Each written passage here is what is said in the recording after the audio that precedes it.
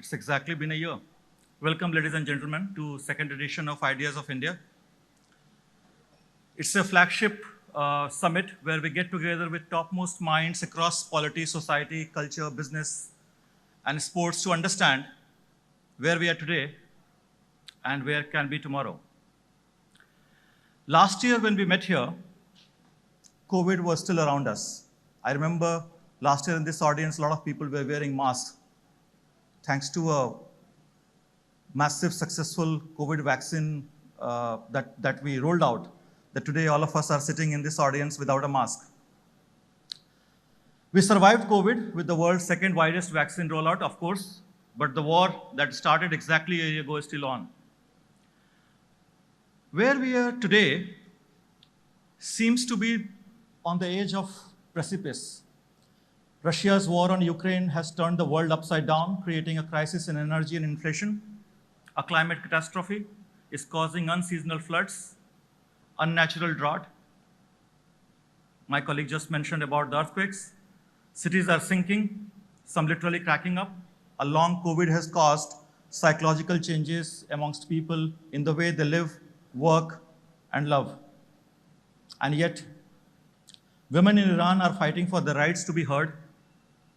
Seen against all odds, democratic elections are rewarding performing government and throwing out the bad one. People everywhere were falling in and out of love, helping each other and building communities. In the word of Billy Joel, a performer of my vintage, we did not start the fire. It was always burning since the world has been turning. While we are seeing a long war in Europe, economic collapse in the neighborhood, India, as an Indian, we are so lucky and proud that what we have done in tackling COVID, managing economy during this recessionary time, and diligent and ebullient what we are. We are indeed a great civilization and a vibrant democracy. Today, as TV and digital network, we see we are at the cusp of the new era despite all the tyranny of rating that we face. That is my favorite topic and I don't want to digress from there, but yeah. We must, as a network, do what can make our country a better place than what we inherited. Ideas of India Summit is one initiative in this direction. We are covering all our countries, all over the country. What we are focusing on today is the green energy, green development, women empowerment, tech transformation, and we are lucky to be hosting G20 Summit, which we are proudly covering every day. We have 9 assembly elections coming up this year, followed by the general election 2024, in which it is expected that about 1 billion people will be eligible to vote, and many of them, millions of them for the first time. According to IMF, India is slated to account for half of the global growth by 2023. Just compare a tenth from the US and Europe. The Center for Economic Research and Business Research thinks that India could be well past Germany and Japan to become the world's third largest economy before 2035, close to $10 trillion. We are already a world leader in digital payments. We are looking to develop areas in solar energy, wind energy, green hydrogen production.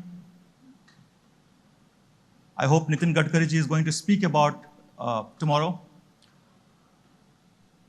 And what we are seeing is that while the world is suffering the excess of unceasing growth, we are in the right direction as a country. More than that, despite a fractious, ruckus, and sometimes vexatious public discourses, we enjoy freedom, which are denied in many parts of the world. We revel in the freedom to educate ourselves, to express our opinions, aspire to a better life, and achieve it. It is these ideas that we have gathered here to discuss over the next 2 days, and we have the privilege of doing so with thought leaders from across the world. We have amongst you former Prime Minister of the United Kingdom, who has shattered all manner of glass ceiling in her political career.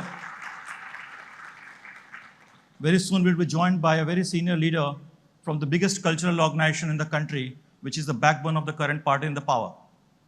We have academics Some of the notable ones are sitting in the audience right now, who will explain to us who we are.